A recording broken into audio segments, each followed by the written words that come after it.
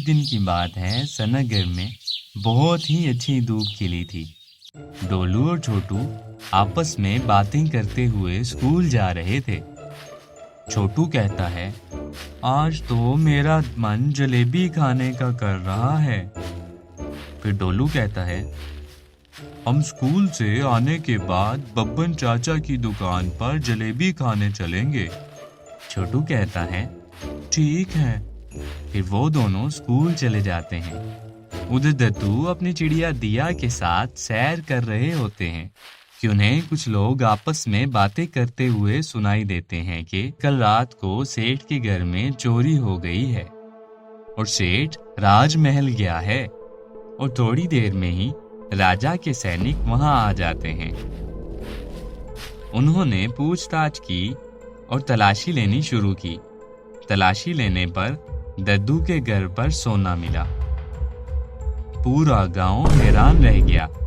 किसी को भी इस बात पर भरोसा नहीं हुआ और सब ने सैनिकों को कहा कि दद्दू ऐसा नहीं कर सकते। लेकिन सैनिकों ने लोगों की बात नहीं सुनी और दद्दू को पकड़कर राजमहल ले गए। दद्दू को देखते ही राजा हैरान रह गए और सैनिकों से कहा, तुम्हारी हिम्मत कैसे हुई मेरे इतने खास सलाहकार को पकड़ने की? तुम जानते हो ना, तुम्हें इसके लिए माफ नहीं किया जाएगा। फिर सैनिकों ने कहा, माफ कीजिएगा महाराज, लेकिन इन्होंने सेठ के यहाँ से चोरी की है। हमें इनके घर से सबूत मिला है। राजा ने दद्दू से कहा, क्या ये सच है? फिर दद्दू ने नम आंखों से कहा, नहीं महाराज, मैंने ऐसा नहीं किया। मुझे नहीं पता कि मेरे घर में सोना कैसे आया। राजा चुपचाप बैठ गए और बहुत दुखी हो गए और सारे गांव वाले भी वहां आ पहुंचे और साथ ही डोलू और छोटू भी आ गए और सभी राजा को कहने लगे कि दद्दू ऐसा नहीं कर सकते, ये जरूर किसी की चाल है। फिर राजा का मुनीम खड़ा हुआ और कहने लगा, माफ कीजिएगा महाराज, लेकिन कोई दद्दू के खिलाफ कैसे चाल चल सकता है?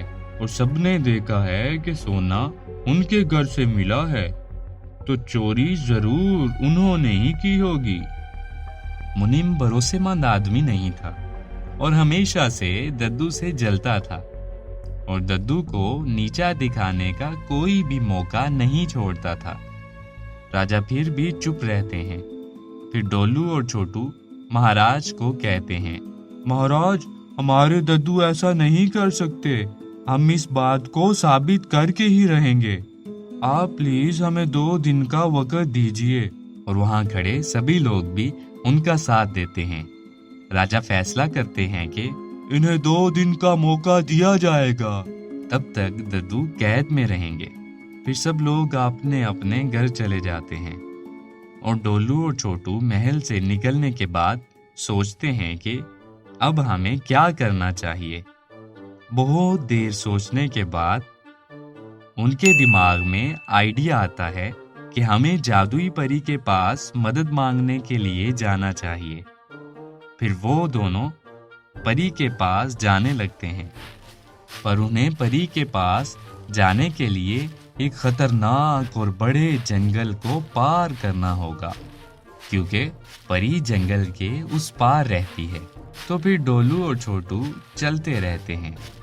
वो दद्दू को बचाने के लिए कुछ भी कर सकते हैं और सिर्फ परी ही उसमें उनकी मदद कर सकती थी।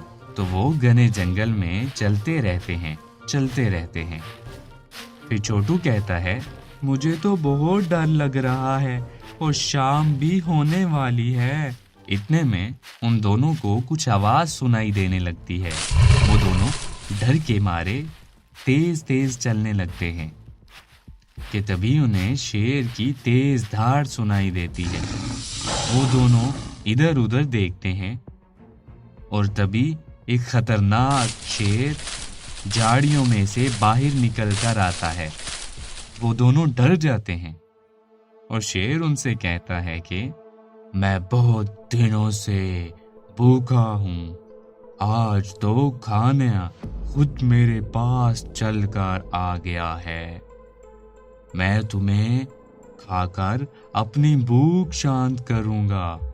फिर डोलू के दिमाग में एक आइडिया आता है और वो शेर से कहता है, अभी हम परी के पास दावत पर जा रहे हैं जो जंगल के उस पार रहती है, और वो परी हमारी बहुत अच्छी दोस्त है, और जब हम वापिस आएंगे तो मोटे ताजे होकर आएंगे और तब तुम हमें खा लेना।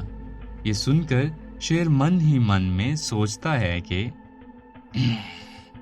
ये दोनों वैसे भी अभी बहुत दुबले पतले लग रहे हैं और आते वक्त ये मोटे ताजे तो होंगे ही, तो मेरी भूख अच्छे से शांत हो जाएगी और इन्हें वापिस तो इसी जंगल से होकर जाना पड़ेगा, तो मैं इन्हें तब खा लूंगा। फिर शेर उनसे कहता है, ठीक है, और उन्हें वहां से जाने देता है। फिर वो दोनों परी के पास पहुंचकर उसे शेर और दद्दू वाली सारी बात बता देते हैं। परी उनसे कहती है कि तुम शेर की चिंता मत करो, मैं उसे संभाल लूंगी। पर दद्दू वाली बात सुनकर परी भी सोच में पड़ जाती है कि अब क्या किया जाए। फिर काफी देर तक सोचने के बाद उसे एक बहुत अच्छा आइडिया आता है। फिर परी उन्हें जंगल के उस रास्ते से ले जाती है जहाँ शेर नहीं होता, और फिर वो डोलू और छोटू के साथ जू में जाती है और वहाँ के कर्मचारी से कहती है कि हमें एक दिन के लिए आपका एक गोरिल्ला चाहिए। कर्मचारी कहता है, मुझे इसमें कोई परेशानी नहीं, पर गोरिल्ला आपको नुकसान पहुंचा सकता है। तो परी कहती है, उसकी चिंता आप मत कीजिए, मैं उसे अपने जादू से काबू में कर लूंगी। फिर कर्मचारी उनकी बात मान जाता है। फिर वो तीनों गोरिल्ला के साथ राजमहल पहुंच जाते हैं और परी राजा से कहती है कि ये मेरा जादुई गोरिल्ला है और आप कल सभी गांव वालों को राजमहल बुलाइएगा, ये गोरिल्ला चोर को पकड़ लेगा। फिर राजा बहुत जिज्ञासु हो जाते हैं कि कल क्या होगा, और वे रात भर ये सोचता रहता है कि आखिर वे गोरिल्ला असली चोर का पता कैसे लगा पाएगा। अगले दिन सभी गांव वाले राजमहल पहुंच जाते हैं।